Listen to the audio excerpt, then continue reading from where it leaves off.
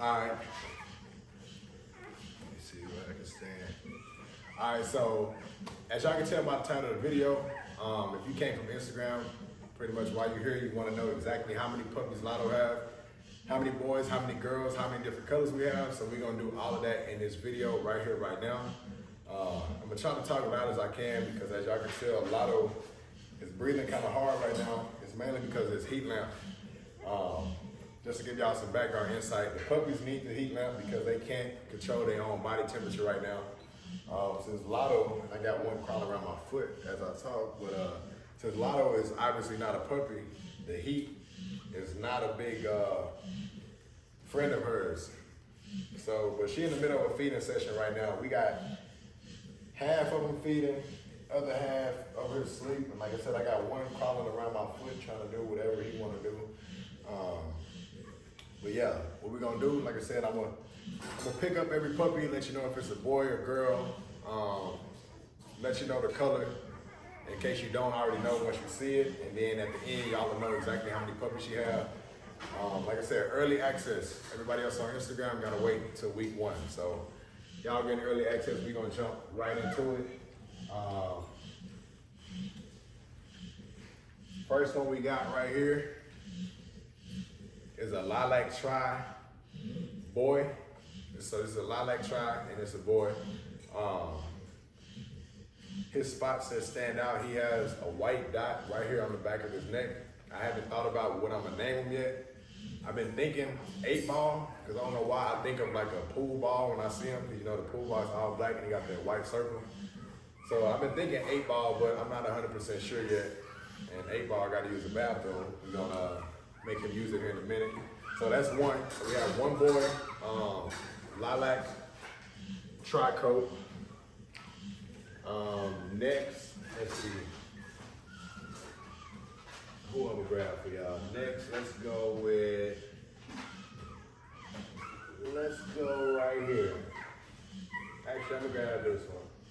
Like I said, they're in the middle of eating, so make sure y'all comment, subscribe, share the video because the puppies had to stop eating and taking a nap so y'all can see them firsthand. So do them a favor, leave them a like. But right here we have another lilac tri. This is a female. Her spots that stand out, the way I notice her is because she has white on her neck. She has it on her chest too, but she has white on her neck and it's on the left side, and that's what Lotto has her white on the left side. So sometimes I call her Lotto twin because she has the white on the left side of her neck. But yeah, that's 2 puppies so far, 2 lilac tries. I've showed you 1 boy, 1 girl. I'm gonna try to stay on track and keep it smooth as possible so we can keep our count. Next, let's grab something. I'm gonna grab something exotic for y'all to see, just so y'all can know that Lotto threw us a bunch of different colors. So this right here is a lilac merle, and this is a male. This is a lilac merle male. As you can see, pretty good sized boy. I mean, the whole litter is pretty consistent. We'll talk about that at the end. Whole litter is pretty consistent, but this is definitely, like I said, a good sized boy, lilac merle. So that's 3 puppies so far, and I still have one by my foot. I ain't on this side. That's 3 puppies so far. You've seen 1 female, 2 males, 1 lilac male, 1 lilac merle male. Let's go ahead and grab this one that's trying to get by my foot. Another one, as of right now, I need to put them on a scale to see the exact weight, but like I said, they all pretty much the same size. He stands out a little bit. I don't know if it's because he all lilac. He stand out more, but he definitely is one of the heavier ones out of the bunch. Like I said, all pretty consistent, but he is definitely one of the heavier ones. Lilac tri male. His white is on his chest. So lilac tri male, white on the chest. So far y'all have seen 4 puppies total. Y'all seen 3 boys, 2 lilac tris and 1 lilac merle. So 4 puppies in, and y'all seen 3 boys. And y'all seen the Lotto twin. Let's go with her right here on the nipple. I'll show y'all 2 at a time with these. because my phone is about to die, so I don't want it to die in the middle of this video. So we're gonna start doing them 2 at a time. So right here I have 2 lilac tries females. These are both lilac tri females. The way I tell the difference with these 2, this one, she has the white right there above her head. I almost had it confused for a minute for another one, but she has the white on top of her head. This one is like the inverse Lotto twin because she has the white on the white on the right side of her neck, and she also has potentially the mask down the middle. We'll see how it looks whenever she develops, but like I said, as y'all can see, pretty consistent. All the puppies are real good size to only be 2 days old. Well, let me see, Tuesday, they were born Tuesday morning. Today's Thursday, yeah, so they're now 2 days old. So that's 6 puppies y'all have seen. Y'all right, Lotto? That's 6 puppies y'all have seen. Y'all seen 3 boys, 2 lilac tries, 1 lilac merle. Y'all seen 3 girls. No, I'm saying that wrong. Y'all seen 3 girls? See, I'm losing track. That's my bad, but I'm gonna get right back on it. I'm gonna go over it again. Like I said, we're doing them 2 at a time now. So y'all seen the Lotto inverse twin, and I had whelping collars for them, but I took it off because I didn't want them to be too tight due to the fact that they growing real fast, and I also didn't want them to be too loose because their little arms was getting stuck in it, or they would get stuck in each other's. But these 2 girls right here, let me double check, make sure. Yep, 2 girls. The way I'm handling these, it look funny. But 2 girls, both in a lilac merle suit. This one, her significant difference is she has the white on her back that's visible. It's like a white spot that will show, and she slightly has a white tip tail. That's definitely a trait she gets from Lotto, that Lotto has. So it's now, I honestly lost count trying to get it all at once. Let me make sure. Looking at them, I can tell if I showed you all of them. I showed you the one that's back by my feet, the lilac male with only white on his chest. Y'all seen the lilac boy I call 8-ball. Y'all seen the lilac merle boy. Y'all seen 2 lilac tri girls together. Y'all also seen the lilac tri girl Lotto twin. And I don't know if I did or not. I may be losing my mind. I only been asleep for, I don't know, maybe 6 hours since they were born. In the last 48 hours at most. I say really like 5 hours. That's between little bitty naps here and there whenever they go to sleep. So my brain is all over the place. I don't think y'all seen this girl yet.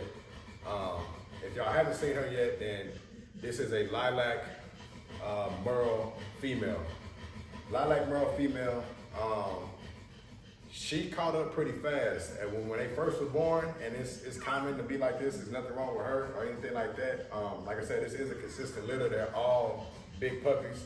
But at the beginning, she was the smaller one. She was like 4 ounces lighter than the heaviest boy at the time, which is not even the heaviest boy anymore. So like I said, they change up and down. You never know. She could end up being the biggest puppy overall. But she caught up pretty fast.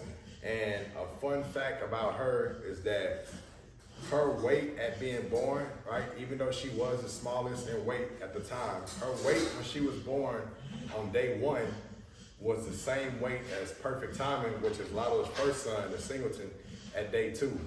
Now, I say that because a lot of people are blown away by his stats due to the fact that he was 100 pounds at 5 months. And I thought, that was kind of crazy too, but I kept saying it's because he was a Singleton, he had all the nutrients in himself. But like I said, these dogs so far, they were born at his 2-day-old weight. So it's not saying that they're going, crazy past him and they'll be 160 pounds at 5 months. I'm not saying that, but it is a good sign that we know what he did at his current weight, and I'm going to keep track of their weight compared to his in my notes so we can see. But like I said, the smallest girl weighed the same weight as big boy that's upstairs. So that just gives y'all some insights on it. Let me double check, make sure my phone didn't die while I'm over here talking. Okay, we're still recording. All right, so my phone is still recording. I don't know what percentage is at. What percentage is at? There go my fried brain again. And here go this boy again, trying to get behind Lotto. But we're gonna go ahead and get ready to wrap it up. Like I said, they are in the middle of eating. And and that's the boy we just talking about up there, Mr. Perfect Timing. But I got 3 on the nipple right now. The other 6 scattered out. If I haven't said it already, so she had 9 puppies total, 6 girls and 3 boys, 2 lilac tri boys, 1 lilac merle boy, and then for the girls, they're split down the middle, 3 lilac tri females and 3 lilac merle females also. If you don't know the color difference, pretty much lilac tri is gonna be looking like Lotto whenever they the color really develops. Some of them are a little bit lighter now, some of them are darker, but they'll look like Lotto. And then the lilac merle will look like the dad, and also Perfect Timing once they develop and the tan starts to pop. But yeah, she gave birth to 9 puppies. We seen 9 on the x-ray, 9 came out healthy. And I'm gonna try to get all this information out. Hopefully my phone don't die. Let me go ahead and pause this, make a new clip. That way I can get all this out first before I start going in.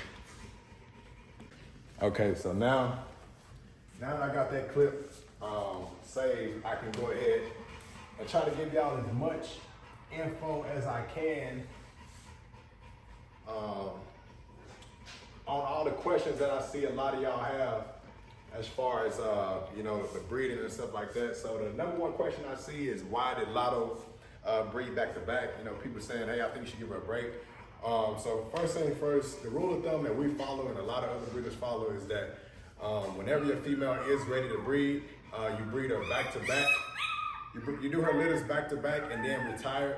It's been proven by veterinarians and a lot of breeders, like I said, follow it to be more beneficial and cause less damage to the female versus doing a litter, waiting a year, doing another litter. They say it's better to do back to back than completely retire. So that answers your question on why she went back to back. You know, people saying, you know, she should have a break. I mean, we have to keep in mind that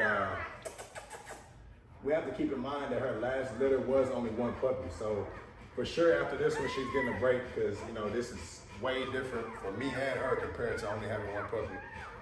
Second thing, people were like, well, why didn't you breed Lux and then her? Like I said, we wait until our females are ready. We have a protocol we follow.